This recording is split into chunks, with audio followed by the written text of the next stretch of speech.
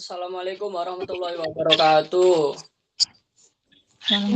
Waalaikumsalam warahmatullahi wabarakatuh. Kami dari kelompok manajemen strategi izin ulang. Assalamualaikum warahmatullahi wabarakatuh. Kami dari kelompok 6 kelompok 7. Assalamualaikum warahmatullahi wabarakatuh. Kami dari kelompok 7 manajemen strategi akan mempresentasikan tugas besar. Sebelumnya kami izin memperkenalkan anggota dahulu ya. Perkenalkan, nama saya Pradana Ringgo Saputra dengan NIM belakang 056. Saya Dimas Hadi Atarsya dengan NIM belakang 014. Saya Novi Syaratul dengan NIM belakang 052. Saya Raidus 14 dengan NIM belakang 013. Saya Nabila Bunga Wahida dengan NIM belakang 013.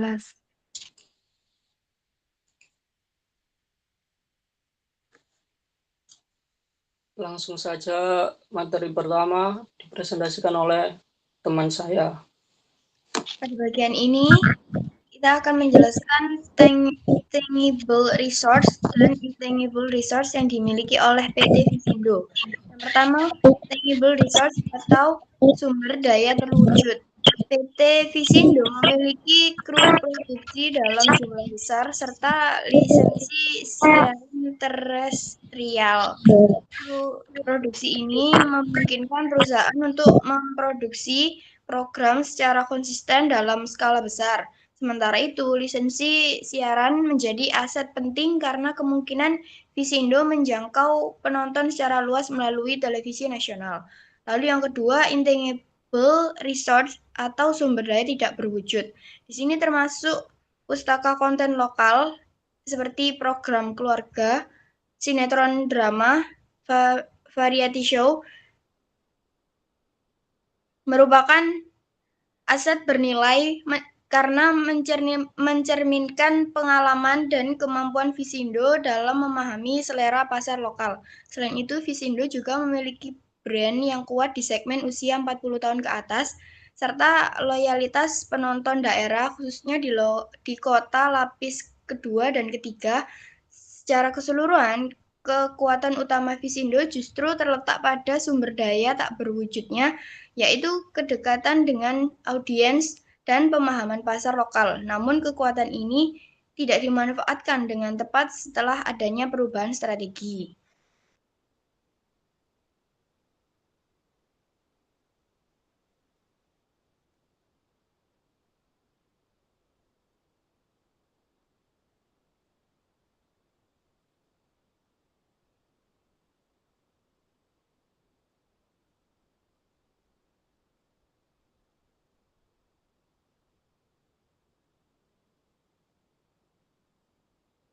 Ringgo belum di on mic.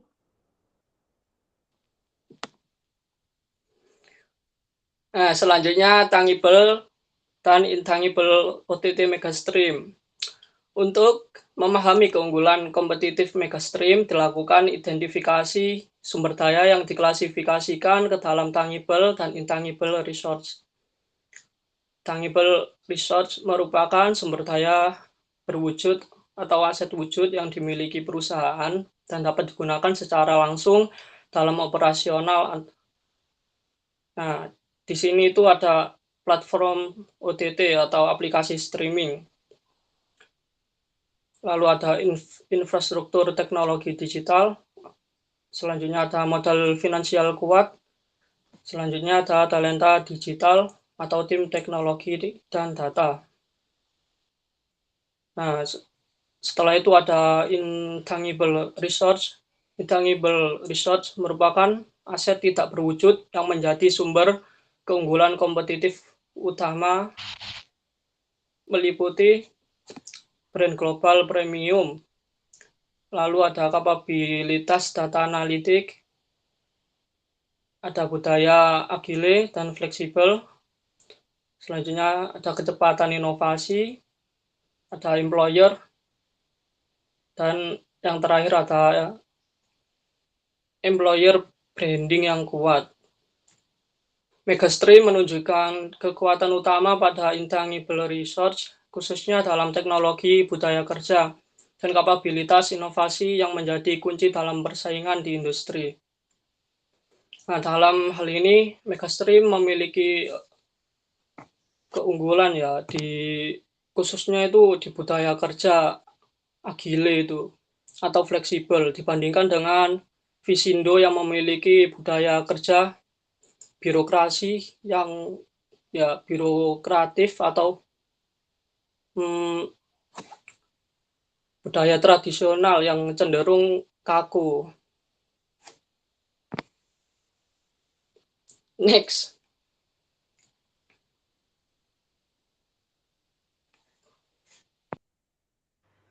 Selanjutnya yaitu Dynamic Capabilities Analysis from Strength to Core Rigidity. Dynamic Capabilities ini adalah kemampuan perusahaan untuk menyesuaikan diri dengan perubahan agar tetap bertahan dan bersaing.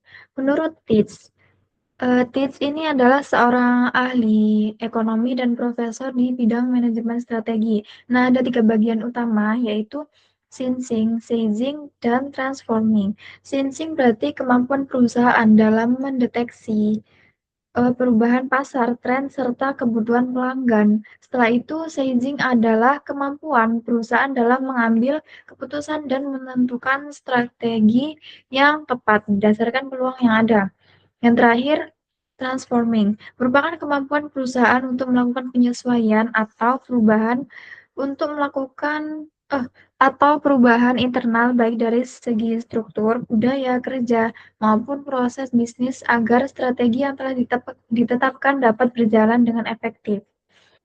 Dengan demikian, perusahaan yang memiliki dynamic capabilities yang baik mampu melihat perubahan, mengambil tindakan yang tepat dan beradaptasi secara berkelanjutan. Sebaliknya, jika kemampuan ini tidak berjalan dengan baik, maka justru dapat menjadi hambatan utama, yaitu core rigidity bagi perusahaan.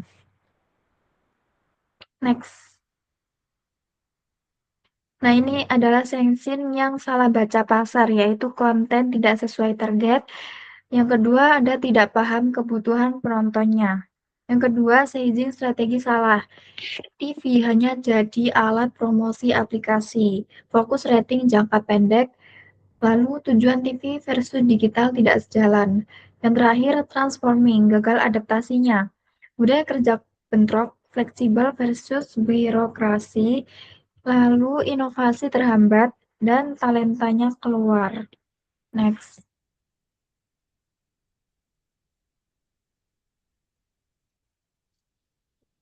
Strategi marketing. Yang pertama ada misalnya segmentasi dan positioning. Kakak Visindo jadi TV alay itu menunjukkan kegagalan dalam strategi marketing, khususnya pada aspek segmentasi dan positioning.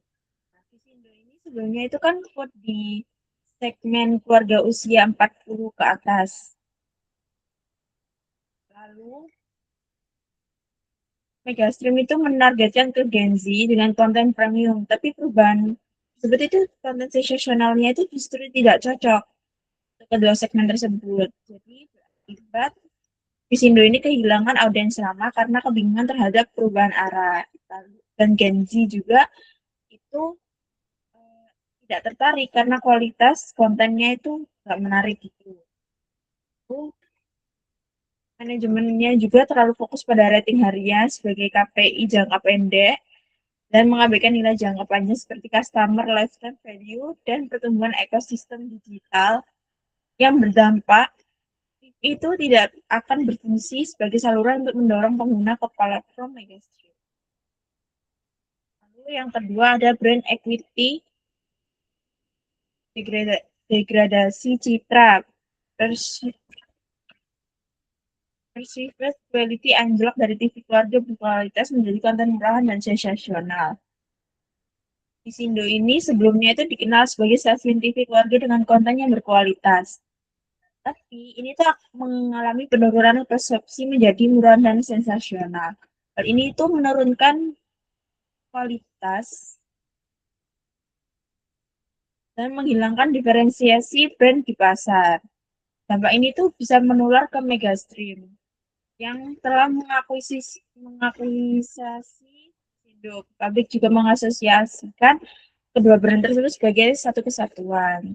Yang jadinya citra premium Megastream itu ikut tercoreng karena kehilangan kompetitif utama Megastream sebagai platform OTT berkualitas tinggi serta menurunkan kepercayaan dari minat pelanggan. Lalu ini ada fatal impact on ecosystem. Yang pertama ada broken marketing funnel. Visindo gagal jadi top of funnel, penonton TV kurang minat untuk upgrade ke layanan OTT Megastream. Seharusnya ini kan TV Visindo ini kan berfungsi sebagai top of funnel untuk menarik audiens ke platform OTT. Tapi dengan konten alay terjadi ketidaksesuaian antara TV dan OTT, di mana TV sendiri itu menawarkan konten rendah quality, sementara OTT ini mengusung konten premium. Jadi hal ini tuh menyebabkan broken funnel, di mana penonton TV itu tidak tertarik lagi pada tidak tertarik dan beralih ke Megastream. Visindo ini jadi memiliki citra negatif gitu, karena mendapatkan nilai Megastream. Karena itu, sinergi menjadi tujuan utama akuisisi gagal total. Kesimpulannya, keputusan ini bukan hanya kesalahan teknis jangka pendek, tetapi juga kesalahan strategis yang merusak brand dan positioning dan menghasilkan integrasi ekosistem antara TV dan OTT. Baik, selanjutnya kita akan membahas dan mengevaluasi apa akibatnya jika sistem agile itu dipaksakan ke sistem hierarki. Jadi masalah utama pada kasus ini itu implementasi agile yang dipaksakan ke dalam sistem hierarki tanpa adanya transisi. Hal ini itu menyebabkan benturan kerja, tidak adanya penyelarasan budaya, dan akhirnya akan menghambat kinerja dari hierarki itu sendiri. Akibatnya, agile akan kehilangan kecepatan dalam bekerja karena terjebak dalam birokrasi sistem hierarki. Next. Kegagalan ini itu terjadi karena adanya perbedaan fundamental. Yang pertama, fundamental agile sendiri itu cepat, lalu iteratif, fleksibel, struktural flat, dan fokus pada hasil. Sedangkan untuk hierarki sendiri, itu lambat dan prosedural, non-fleksibel, banyak struktur, dan fokus pada proses. Nah, perbedaan cara kerja ini itu akan menyebabkan agile yang sistem kerjanya fleksibel itu berjalan tidak optimal dalam sistem hierarki. Next. Lalu apa sih dampak jika agile dan hierarki disatukan? Itu akan sangat signifikan ya. Seperti di tabel tersebut ada penolakan culture atau budaya. Yang pertama, konflik antar generasi Gen Z yang didominasi oleh sistem kerja agile dan senior yang rata-rata boomers yang itu menganut sistem hierarki. Lalu ada penolakan terhadap cara kerja yang baru karena seperti kita ketahui sistem hierarki itu sangat susah untuk kita gugat ya. Jadi kayak ketika di suatu perusahaan udah ada sistem itu sangat susah untuk dirubah. Lalu ada innovation blocker, tidak ada inovasi. Yang pertama, ide inovasi sering diveto, lalu tidak ada ruang eksperimen, lalu proses approval terlalu panjang. Lalu dampak yang ketiga ada talent exodus, seperti pada kasus kita kali ini PT Mega Dream itu mengalami penurunan 40% talenta digital yang keluar. Lalu ada kehilangan aset kunci transformasi karena rata-rata sistem kerja masih dianut oleh sistem hierarki. Kegagalan integrasi tidak hanya menghambat kinerja, tetapi juga merusak fondasi strategis perusahaan. Next. Lalu kami memiliki strategi solution, yaitu dengan hybrid transformation approach. Yang pertama, dengan dual operating system, yaitu memisahkan tim TV tetap di hierarki dan tim digital full sistem agile. Jadi kita punya dua sistem, tidak digabung seperti kasus kita pada kali ini. Yang kedua ada bridge team, yaitu dengan membentuk tim 6-8 orang campuran antara pekerja TV dan digital, dan melakukan meeting mingguan untuk sinkronisasi konten yang akan dibuat untuk TV dan digital. Jadi konten yang dibuat itu akan selaras antara di TV dan digital, hampir sama. Lalu yang ketiga ada gradual integration.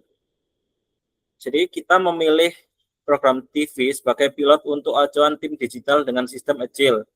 Produksi pakai metode agile, evaluasi rating, dan scale ke program lain jika berhasil. Jadi intinya kita mengambil satu contoh dari program TV. Contoh kayak kita membuat sistem program TV talk show di TV, lalu kita menerapkan versi digitalnya juga di sosmed atau media sosial lain. Seperti itu. Lalu yang keempat, yang terakhir, yaitu KPI prediction atau Key Performance Indicator. Itu TV fokus ke rating harian dan audience retention, sedangkan digital fokus ke jumlah subscriber, watch time, atau engagement. Jadi punya tujuan yang berbeda antara TV dan digital. Next. Baik, sekian dari kelompok 7.